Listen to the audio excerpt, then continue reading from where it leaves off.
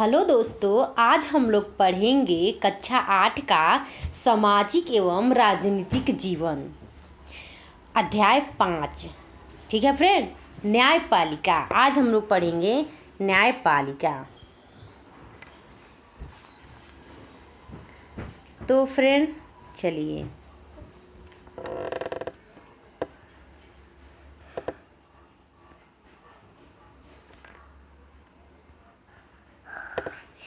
ये पढ़ेंगे। आज हम लोग क्या पढ़ेंगे? न्यायपालिका। ये पढ़ेंगे।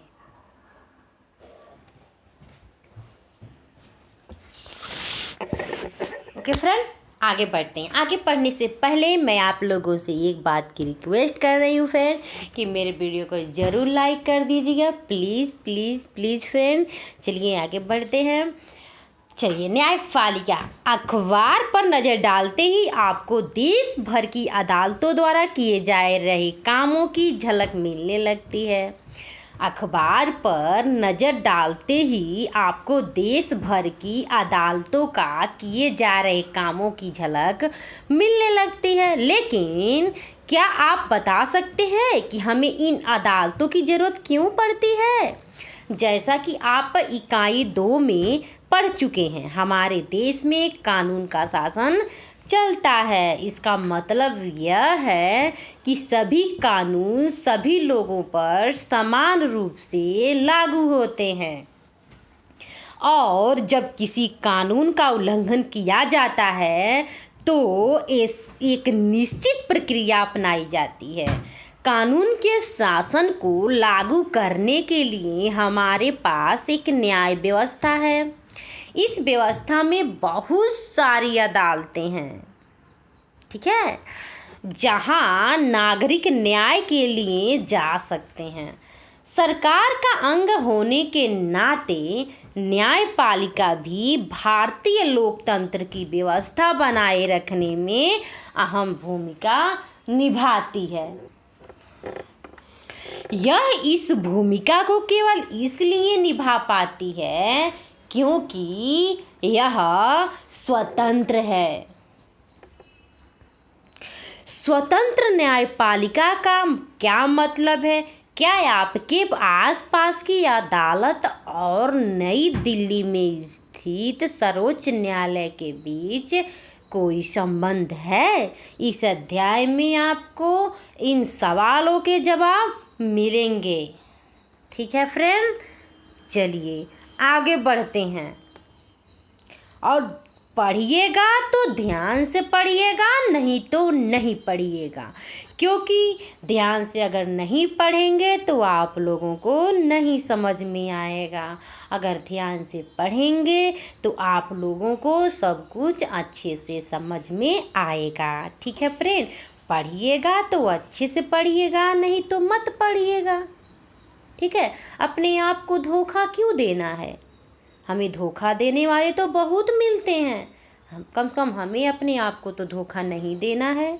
ओके फ्रेंड, चलिए, न्यायपालिका की क्या भूमिका है? अदालतें बहुत सारे मुद्दों पर फैसले सुनाती है। वे यह तय कर सकती है कि शिक्षकों को विद्यार्थियों की पिटाई नहीं करनी चाहिए। वे राज्यों के बीच नदियों के पानी के बंटवारे पर फैसला दे सकती हैं। वे किसी अपराध के लिए लोगों को सजा दे सकते हैं। न्यायपालिका के कामों को मोटे तौर पर निम्नलिखित पार्टों में बांटा जा सकता है। ठीक है, न्यायपालिका की क्या भूमिका है? अदालत बहुत सारे मुद्दों पर फैसले सुनाती है। वे यह तय कर सकती है कि शिक्षकों को विद्यार्थियों की पिटाई नहीं करनी चाहिए। वे राज्यों के बीच नदियों के पानी के बंटवारे पर फैसला दे सकती है। वे किसी अपराध के लिए लोगों को सजा भी दे सकती है।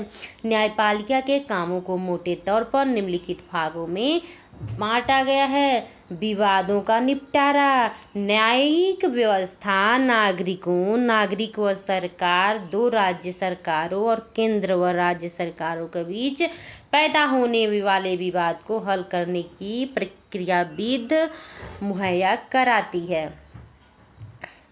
न्यायिक समीक्षा। संविधान की व्याख्या का अधिकार मुख्य रूप से न्यायपालिका के पास होती है। न्यायिक समीक्षा न्याय संविधान की व्याख्या का अधिकार मुख्य रूप से न्यायपालिका के पास ही होती है। इस नाते यदि न्यायपालिका को ऐसा लगता है कि संसद द्वारा पारित किया गया कोई कानून संविधान के आधारभूत ढांचे का उल्लंघन करता है तो वह उस कानून को रद्द कर सकती है। इसे न्यायिक समीक्षा कहा जाता है। ठीक है।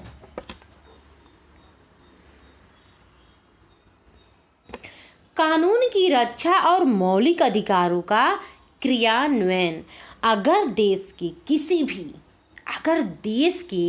किसी भी नागरिक को ऐसा लगता है कि उसके मौलिक अधिकारों का उल्लंघन हुआ है तो वह सर्वोच्च न्यायालय या उच्च न्यायालय में जा सकता है। उदाहरण के लिए कक्षा 7 की किताब में आपने हकीम शेख के बारे में पढ़ा था, जो खेतिहर थे। वे चलती हुई ट्रेन से गिरकर घायल हो गए थे। जब कई अस्पतालों ने उनका इलाज करने से इनकार कर दिया तो उनकी हालत काफ़ी खराब हो गई थी। इसी मामले की सुनवाई के बाद सर्वोच्च न्यायालय ने यह फैसला दिया था कि संविधान के अनुच्छेद 21 में प्रत्येक नागरिक को जीवन का मौलिक अधिकार दिया गया है और इसमें स्वास्थ्य का अधिकार भी शामिल है।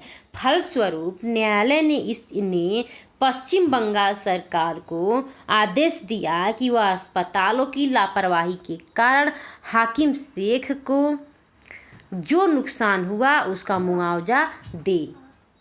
ठीक है फ्रेंड। तो सरकार को यह आदेश भी दिया गया कि वह प्राथमिक स्वास्थ्य व्यवस्था की रूपरेखा तैयार करे और उसमें आपात स्थितियों में रोगियों के इलाज पर विशेष ध्यान दिया जाए। पश्चिम बंग खेत मजदूर समिति बनाम पश्चिम बंगाल राज्य 1996 की ये बात है।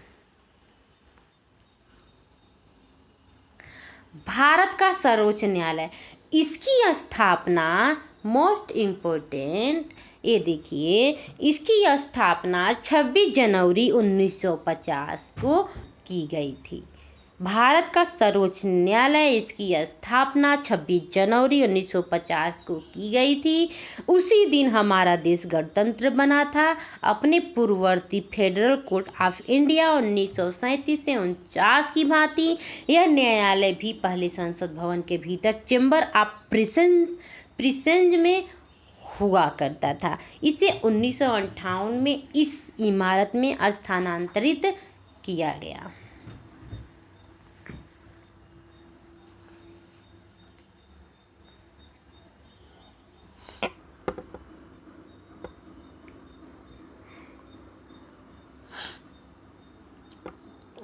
तो अपनी शिक्षिका की सहायता से इस तालिका में दिए गए खाली स्थानों को भरिए। तो केंद्र और राज्य के बीच विवाद, इसका उत्तर ये होगा कि सरदार सरोवर बांध को लेकर केंद्र और राज्य गुजरात सरकार के बीच विवादास्पद। ठीक है। दो राज्यों के बीच विवाद, दो राज्यों यानी पंजाब और हरियाणा राज्य में पानी को लेकर विवाद। ठीक है। दो नागरिकों के बीच विवाद। तो पड़ोसी की भूमि पर जबरदस्ती कब्जा करना, दो नागरिकों के बीच का विवाद है कि दो पड़ोसी की भूमि पर जबरदस्ती कब्जा करना। और चौथा होगा कि ऐसे कानून जो संविधान का उल्लंघन करते हैं। तो अस्पताल द्वारा घायल व्यक्ति को भर्ती करने से इनकार करना, इसका उत्तर ये होगा।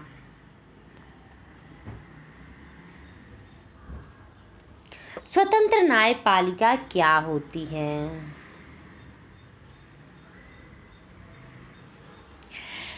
तो कल्पना कीजिए कि एक ताकतवर नेता ने आपके परिवार की जमीन पर कब्जा कर लिया है। आप एक ऐसी व्यवस्था में रहते हैं जहां नेता किसी न्यायाधीश को उसके पद से हटा सकते हैं या उसका तबादला कर सकते हैं। जब आप इस मामले को अदालत में ले जाते हैं तो न्यायाधीश भी नेता की हिमायत करता दिखाई देता है। नेताओं का न्यायाधीश पर जो नियंत्रण रहता है उसकी वजह से न्यायाधीश स्वतंत्र रूप से फैसले नहीं ले पाते। स्वतंत्रता का यह अभाव न्यायाधीश को इस बात के लिए मजबूर कर देगा कि वो हमेशा नेता के ही पक्ष में फैसला सुनाए। हम ऐसे बहुत सारे किस्से जानते हैं जहां अमीर और ताकतवर लोगों ने न्याय प्रक्रिया को प्रभावित करने का प्रयास किया है, लेकिन भारतीय संविधान इस तरह की दखल अंदाजी को स्वीकार नहीं करता। इसीलिए हमारे संविधान में न्यायपालिका को पूरी तरह स्वतंत्र रखा गया है। इस स्वतंत्रता का एक पहलू है शक्तियों का बंटवारा। जैसा कि आपने पहले अध्याय में पढ़ा था, यह हमारे संविधान का एक बुनियादी पहलू है। इसका मतलब यह है कि विधायिका और कार्यपालिका जैसी सरकार की अन्य शाखाएं न्यायपालिका के काम में दखल नहीं दे सकती। अदालतें सरकार के अधीन नहीं हैं, न ही वे सरकार की ओर काम करती हैं। शक्तियों के इस बंटवारे को दुरुस्त रखने के लिए यह भी महत्वपूर्ण है कि उच्च न्यायालय और सर्वोच्च न्यायालय के सभी न्यायाधीशों की नियुक्ति में सरकार की अन्य शाखाओं का कोई दखल न हो। इसीलिए एक बार नियुक्त हो जाने के बाद न्यायाधीश को हटाना बहुत मुश्किल होता है।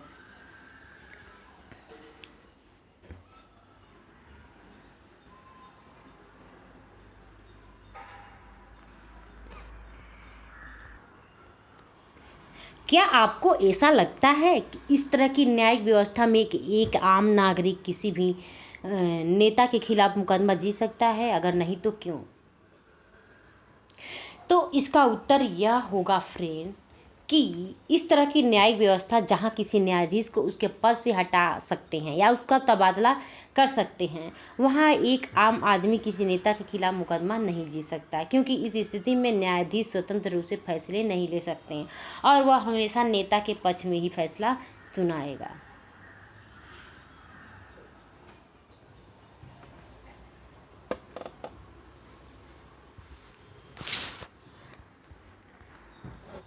तो भारत में अदालतों की संरचना कैसी है? हमारे देश में 3 अलग अलग स्तर पर अदालतें होती हैं। निचले स्तर पर बहुत सारी अदालतें होती हैं।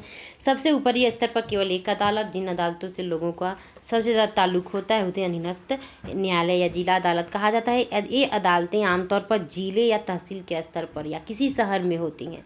ये बहुत तरह के मामलों की सुनवाई करती हैं। प्रत्येक राज्य जिलों में बंटा होता है और हर जिले में एक जिला न्यायाधीश होता है।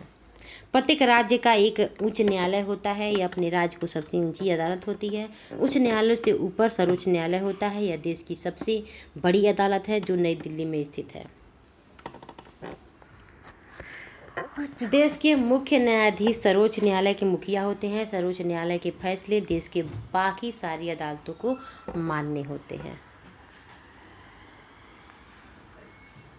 निचली अदालत से ऊपरी अदालत तक हमारी न्यायपालिका की संरचना का एक पिरामिड जैसी लगती है। ऊपर दिए गए विवरण को पढ़ने के बाद नीचे दिए गए चित्र को भरें।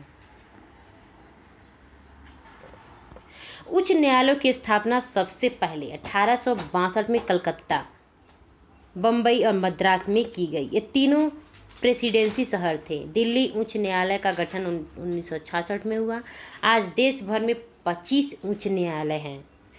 ठीक है, आज देश भर में 25 उच्च न्यायालय हैं। बहुत सारे राज्यों में अपने उच्च न्यायालय हैं, जबकि पंजाब और हरियाणा का एक साझा उच्च न्यायालय चंडीगढ़ में है। दूसरी तरफ 4 पूर्वोत्तर राज्य सीमा राज्यों असम, नागालैंड, मिजोरम और अरुणाचल प्रदेश के लिए गुवाहाटी में एक ही उच्च न्यायालय रखा गया है।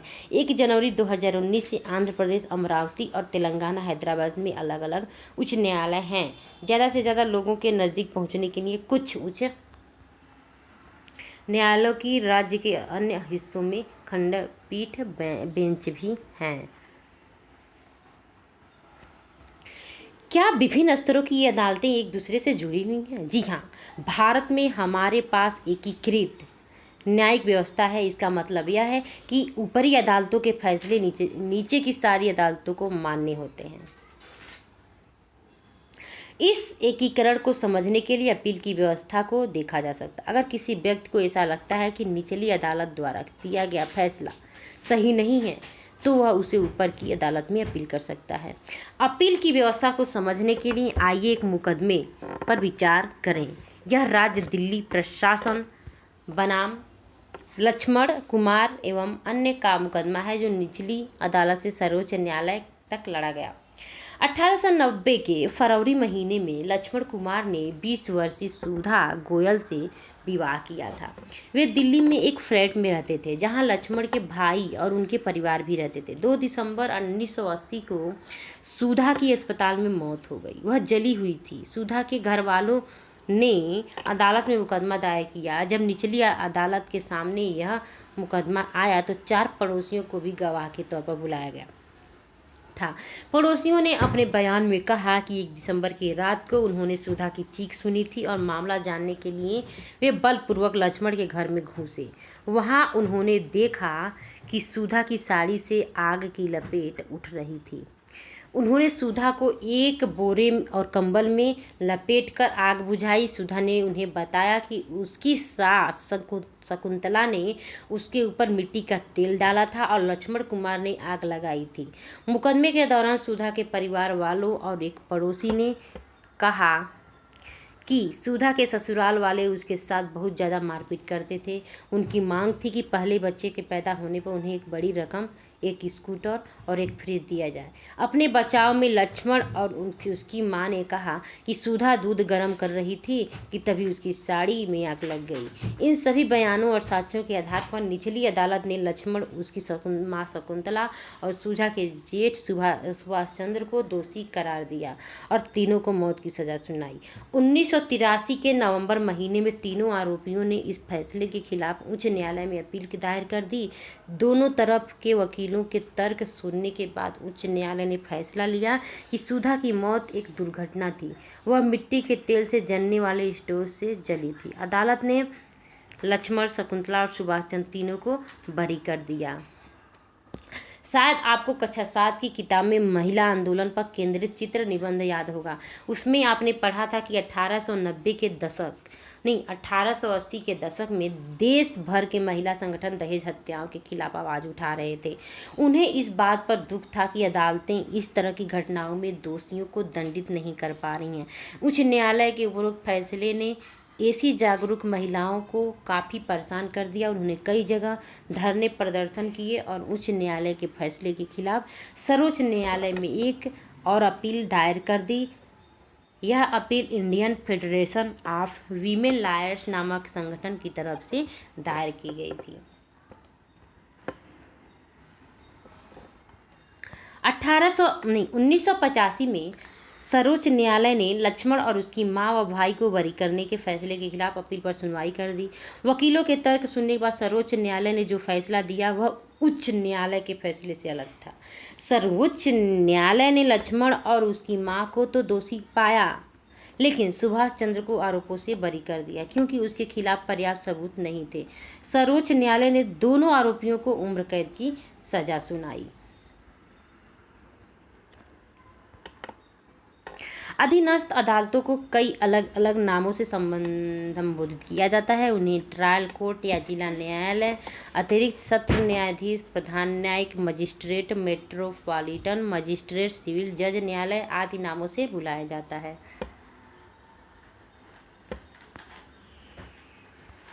विधि व्यवस्था की विभिन्न शाखाएं कौन सी हैं? दहेज हत्या का यह मामला समाज में विरुद्ध अपराध की श्रेणी में आता है। यह आपराधिक फौजदारी कानून का उल्लंघन है। फौजदारी कानून के अलावा हमारी विधि व्यवस्था दीवानी कानून या सिविल लॉ से संबंधित मामलों को भी देखती है।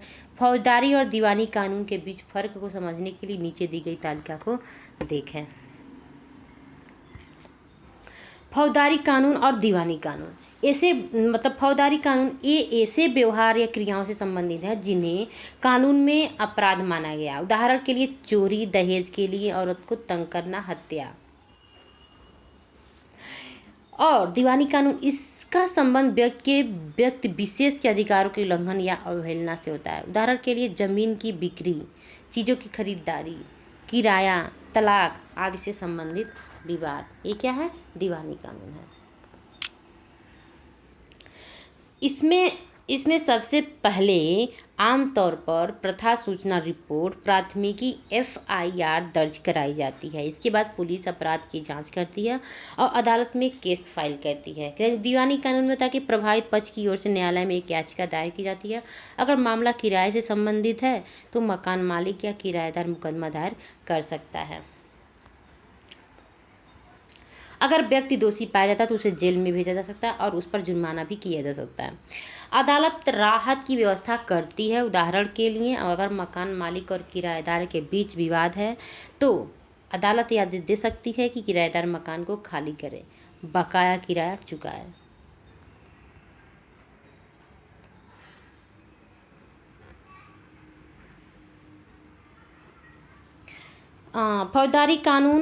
फौजदारी और दीवानी कानून के बारे में आप जो समझते हैं उसके आधार पर इस तालिका को भरें। उल्लंघन का विवरण, कानून की शाखा अपनाई जाने वाली प्रक्रिया, ठीक है। तो कुछ लड़के स्कूल जाते वक्त लड़कियों को हर रोज परेशान करते हैं। ये है फौजदारी कानून। फौजदारी कानून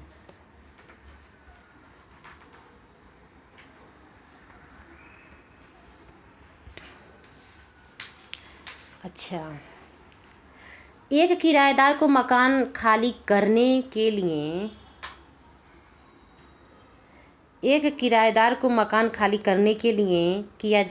मजबूर किया जा रहा है और मकान मालिक के खिलाफ अदालत में मुकदमा दायर कर देता है। तो ये है दीवानी कानून। दीवानी कानून तो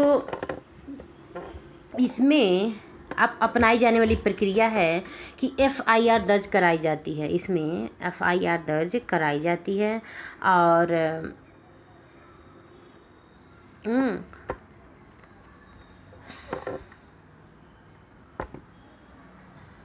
और पुलिस जांच करती है और अदालत में केस फाइल करती है। और इसमें होगा कि प्रभावित पक्ष की ओर न्यायालय में एक याचिका दायर की जाती है। अदालत राहत की व्यवस्था करती है।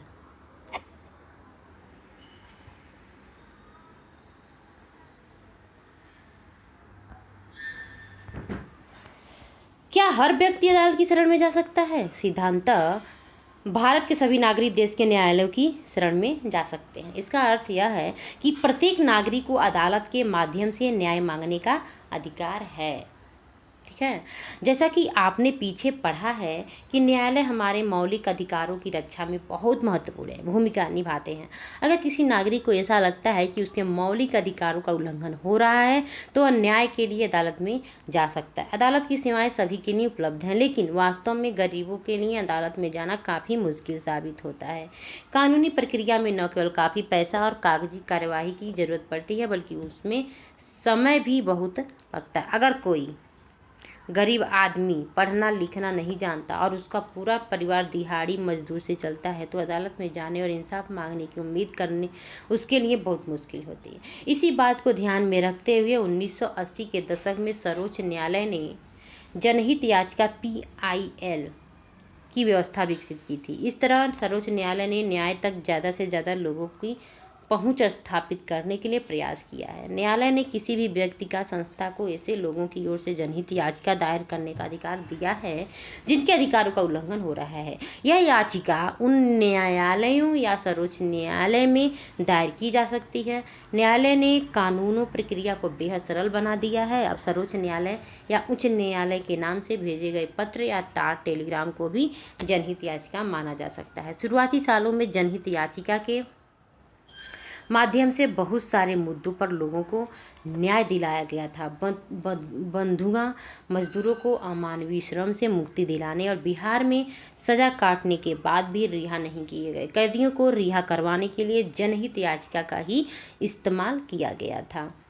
क्या आप जानते हैं कि सरकार और सरकारी सहायता प्राप्त स्कूलों में बच्चों को दोपहर का जो भोजन मिड डे मील दिया जाता है उसकी व्यवस्था भी एक जनहित याचिका के फलस्वरूप ही हुई थी। दाईं ओर दिए गए चित्र को देखें और नीचे दिए गए विवरण को पढ़ें। ये हमें पढ़ना बहुत इम्पोर्टेंट है। वर्ष 2001 में राजस्थान और उड़ीसा में पड़े सूखे की वजह से लाखों लोगों के सामने भोजन का भारी अभाव पैदा हो गया था। सरकारी गोदाम अनाज से भरे पड़े थे, बहुत सारा गेहूं चूहों की भेंट चढ़ गया था। इस स्थिति को देखते हुए People's Union for Civil Liberties PUCL नामक एक संगठन ने सर्वोच्च न्यायालय में जनहित याचिका दायर की। याचिका में कहा गया था कि संविधान के अनुच्छेद 21 में दिए गए जीवन के मौलिक अधिकारों में भोजन का अधिकार भी शामिल है। राज्य की इस दलील को भी गलत साबित कर दिया गया। उसके पास संसाधन नहीं है। इसका आधार यह था कि सरकारी गोदाम अनाज से भरे हुए थे। तब सर्वोच्च न्यायालय ने आदेश दिया कि सबको भोजन उपलब्ध कराना राज्य का दायित्व है। लिहाजा सर्वोच्च न्यायालय ने सरकार को आदेश दिया कि वह नए रोजगार पैदा करे, राशन की सरकारी दुकानों के जरिए सस्ती दर भोजन उपलब्ध कराएं और बच्चों को स्कूल में दोपहर का भोजन दिया जाए। न्यायालय ने सरकारी योजनाओं के क्रियान्वयन के बारे में रिपोर्ट करने के लिए 2 खाद्य आयुक्तों को भी नियुक्त किया।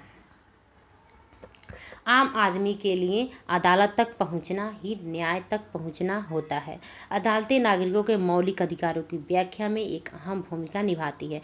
जैसा कि आपने उपरोक्त उदाहरण में देखा, अदालत ने ही संविधान के अनुच्छेद 21 की व्याख्या करने के बाद यह कहा था कि जीवन के अधिकार में भोजन का अधिकार भी शामिल होता है। इसलिए अदालत ने राज्य को आदेश दिया कि वह दोपहर के भोजन की योजना मिड डे मील सभी लोगों को भोजन मुहैया कराने के लिए आवश्यक कदम उठाए। लेकिन अदालत के कुछ फैसले ऐसे भी रहे जिन्हें लोग आम आदमी के लिए नुकसानदेह मानते हैं। उदाहरण के लिए गरीबों के आवास अधिकार जैसे मुद्दों पर काम करने वाले कार्यकर्ताओं का मानना है कि बस्तियों झुग्गी झोपड़ियों को बेदखल करने के बारे में अदालत द्वारा दिए गए हाल के फैसले पुराने फैसले के विरुद्ध हैं।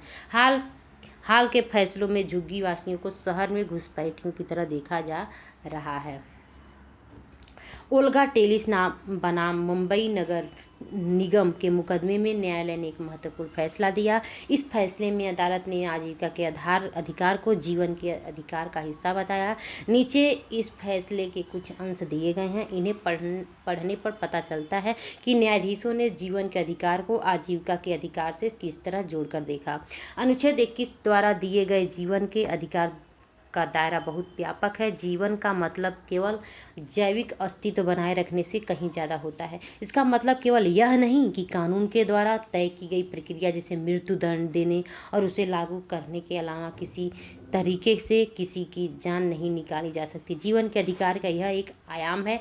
इस अधिकार का इतना ही महत्वपूर्ण पहलू आजीविका का अधिकार भी है, क्योंकि कोई भी व्यक्ति जीने के साधनों यानी आजीविका के बिना जीवित नहीं रह सकता। किसी व्यक्ति को पटरी या झुग्गी बस्ती से उजाड़ देने पर उसके आजीविका के साधन फौरन नष्ट हो जाते हैं। यह एक ऐसी बात है जिसे हर मामले में साबित करने की जरूरत नहीं है। प्रस्तुत मामले में आनुभविक साक्ष्यों से यह सिद्ध हो जाता है कि याचिकाकर्ता झुग्गियों और पटरियों पर रहते हैं, क्योंकि वे शहर में छोटे मोटे काम धंधों में लगे होते हैं और उनके पास रहने की कोई जगह नहीं होती। वे अपने काम करने की जगह के आसपास किसी पटरी या झुग्गियों पर रहने लगते हैं। इसलिए अगर उन्हें पटरी या झुग्गियों से हटा दिया जाए तो उनका रोजगार ही खत्म हो जाएगा। इसका निष्कर्ष यह निकलता है कि याचिकाकर्ता को उजाड़ने से वे अपनी आजीविका से साथ हाथ धो बैठेंगे और इस प्रकार जीवन से भी वंचित हो जाएंगे। तो स्ट्रीट वेंडर्स एक्ट, पथ विक्रेता जीविका संरक्षण और पथ विक्रय विनियम अधिनियम 2014 के बारे में पता करें। जब कि पहले वाले फैसलों 1985 में ओल्गा टेलिस बनाम बम्बई नगर निगम के मुकदमे में दिया गया फैसला में झुग्गी वासियों की आजीविका बचाने का प्रयास किया जा रहा था। न्याय तक आम लोगों की पहुंच को प्रभावित करने वाला एक मुद्दा यह है कि मुकदमे की सुनवाई में अदालतें कई साल लगा देती है। इसी देरी को ध्यान में रखते हुए अक्सर यह कहा जाता है कि इंसाफ में देरी यानी इंसाफ कत्ल।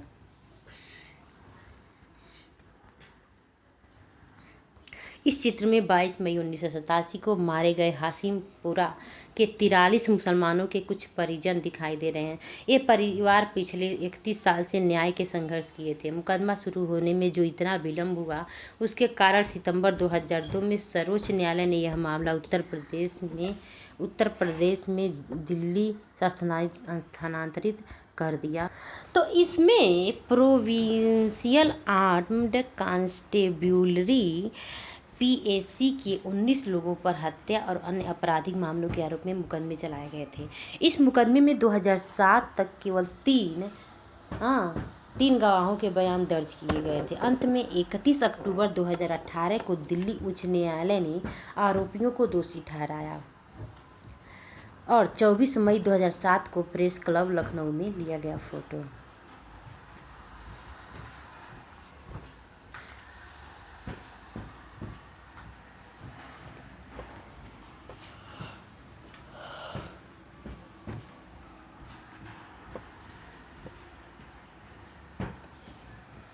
इसके बावजूद इस बात से इनकार नहीं किया जा सकता है कि लोकतांत्रिक भारत में न्यायपालिका ने एक महत्वपूर्ण भूमिका निभाई है। न्यायपालिका ने कार्यपालिका और विधायिका की शक्तियों पर अंकुश लगाया है और नागरिकों के अधिकारों की सुरक्षा की है। संविधान सभा के सदस्यों ने एक ऐसी न्यायपालिका का बिल्कुल सही सपना देखा था जो पूरी तरह स्वतंत्र हो। यह हमारे लोकतंत्र का एक बुनियादी पहलू है।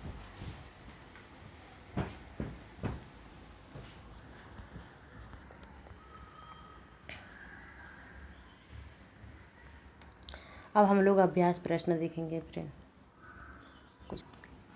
तो दोस्तों अब हम लोग अभ्यास प्रश्न देखेंगे। आप पढ़ चुके हैं कि कानून को कायम रखना और मौलिक अधिकारों को लागू करना न्यायपालिका का एक मुख्य काम होता है। आपकी राय में इस महत्वपूर्ण काम को करने के लिए न्यायपालिका का स्वतंत्र होना क्यों जरूरी है? तो न्यायपालिका की स्वतंत्रता अदालतों को भी भारी ताकत देती है। इसके आधार पर वह विधायिका और कार्यपालिका द्वारा शक्तियों के दुरुपयोग को रोक सकती है। न्यायपालिका देश के नागरिकों के मौलिक अधिकारों की रक्षा में अहम भूमिका निभाती है। अगर किसी नागरिक को लगता है कि उसके मौलिक अधिकारों का उल्लंघन हो रहा है तो वह अदालत में जा सकता है। ओके फ्रेंड, अध्याय 1 में मौलिक अधिकारों की सूची दी गई है, उसे फिर पढ़ें। आपको ऐसा क्यों लगता है कि संवैधानिक उपचार का अधिकार न्यायिक समीक्षा के विचार से जुड़ा हुआ है? तो संवैधानिक उपचार का अधिकार, यदि किसी नागरिक को लगता है कि राज्य द्वारा उसके किसी मौलिक अधिकार का उल्लंघन हुआ है तो मौलिक अधिकार की प्राप्ति के लिए इस अधिकार का सहारा लेकर अदालत जा सकता है। न्यायिक समीक्षा, यदि न्यायपालिका को लगता है कि संसद द्वारा पारित किया गया कोई कानून संविधान के अनुसार नहीं है तो वह उस कानून को रद्द कर सकती है। इसे न्यायिक समीक्षा कहा जाता है। इस प्रकार हम कह सकते हैं कि संवैधानिक उपचार का अधिकार न्यायिक समीक्षा से जुड़ा है, क्योंकि संवैधानिक उपचार के अंतर्गत न्यायालय कानून को रद्द कर सकता है। नीचे 3 स्तर के न्यायालय को दर्शाया गया है। प्रत्येक के सामने लिखिए कि उस न्यायालय ने सुधा गोयल के मामले में क्या फैसला दिया था। अपने जवाब को कक्षा के अन्य विद्यार्थियों द्वारा दिए गए जवाबों के साथ मिलकर देखें।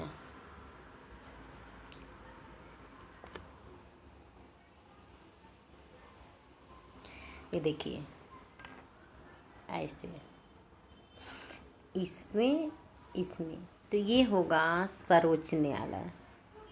सर्वोच्च न्यायालय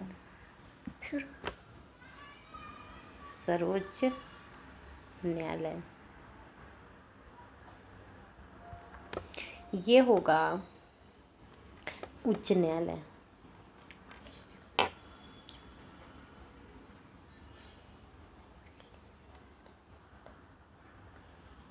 और ये होगा निचली अदालत।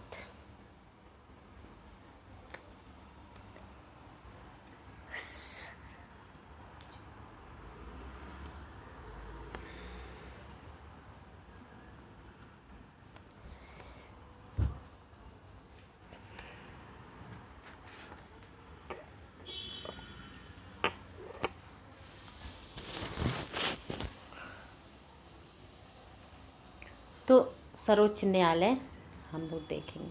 तो सर्वोच्च न्यायालय इसमें होगा कि लक्ष्मण और उसकी मां शकुंतला को दोषी पाया और उम्र कैद की सजा सुनाई। सुभाष चंद्र के खिलाफ पर्याप्त सबूत नहीं थे, इसलिए उसे दोषी मुक्त कर दिया गया। तो उच्च न्यायालय में क्या हुआ? तो उच्च न्यायालय सुधा की मौत एक दुर्घटना थी, क्योंकि तीनों के विरुद्ध पर्याप्त सबूत नहीं। लक्ष्मण, शकुंतला और सुभाष चंद्र तीनों को बरी कर दिया गया।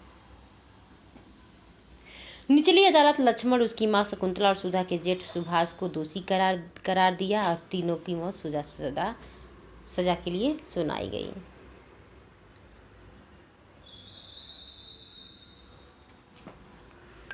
तो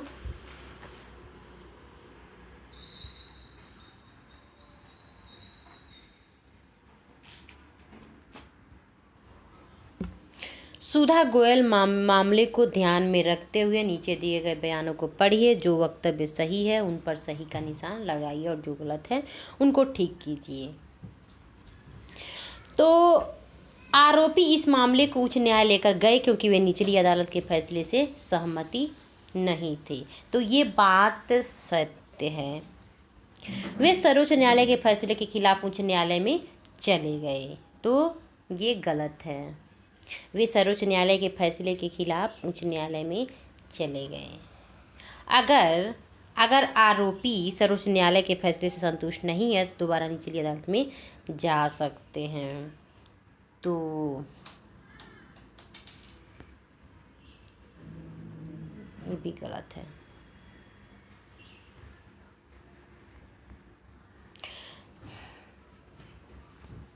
ये पढ़ते हैं।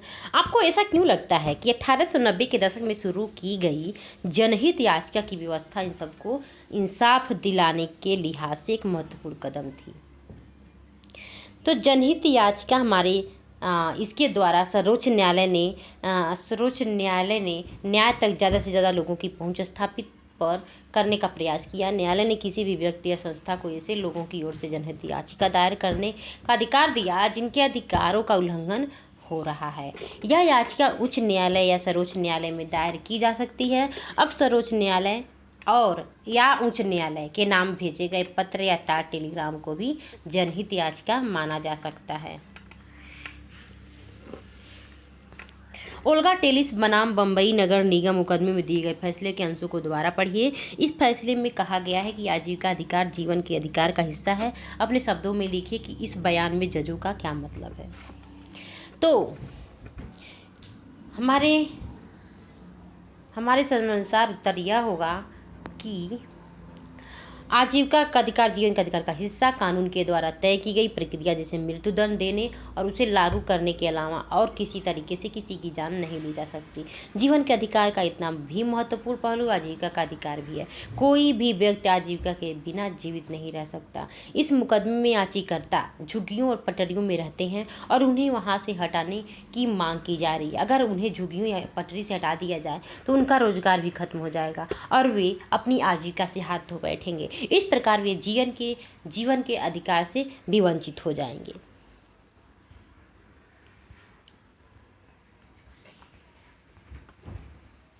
इंसाफ में देरी यानी इंसाफ का कत्ल विषय पर एक कहानी बनाइए। हाशिमपुरा का हत्याकांड।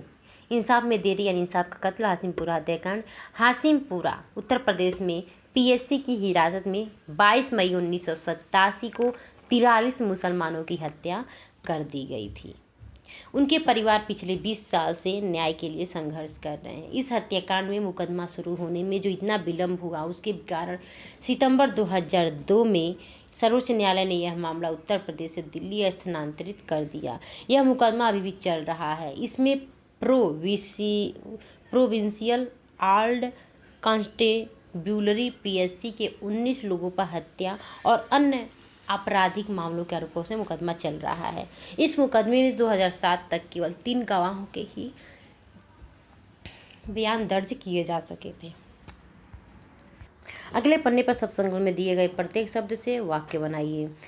तो बरी करना, अपील करना, मुआवजा, बेदखली उल्लंघन करना। सर्वोच्च न्यायालय ने सुधा गोयल केस में सुभाष चंद्र सबूतों को अभाव में बरी कर दिया। अपील करना, आरोपियों ने अधीनस्थ न्यायालय के फैसले से खिलाफ उच्च न्यायालय में अपील दायर की। मुआवजा, न्यायालय से पीड़ित पक्ष के लिए मुआवजा देने का आदेश दे सकता है। बेदखली, रेलवे स्टेशन के पास झुग्गियों में रहने वाले को अदालतों ने वहां से बेदखल कर दिया। उल्लंघन, यदि किसी नागरिक को लगता है कि किसी व्यक्ति या राज्य उसके द्वारा उसके मौलिक अधिकार का उल्लंघन हुआ है तो वह अदालत में जा सकता है। अगले पन्ने पर यह पोस्टर भोजन अधिकार अभियान द्वारा बनाया गया है कि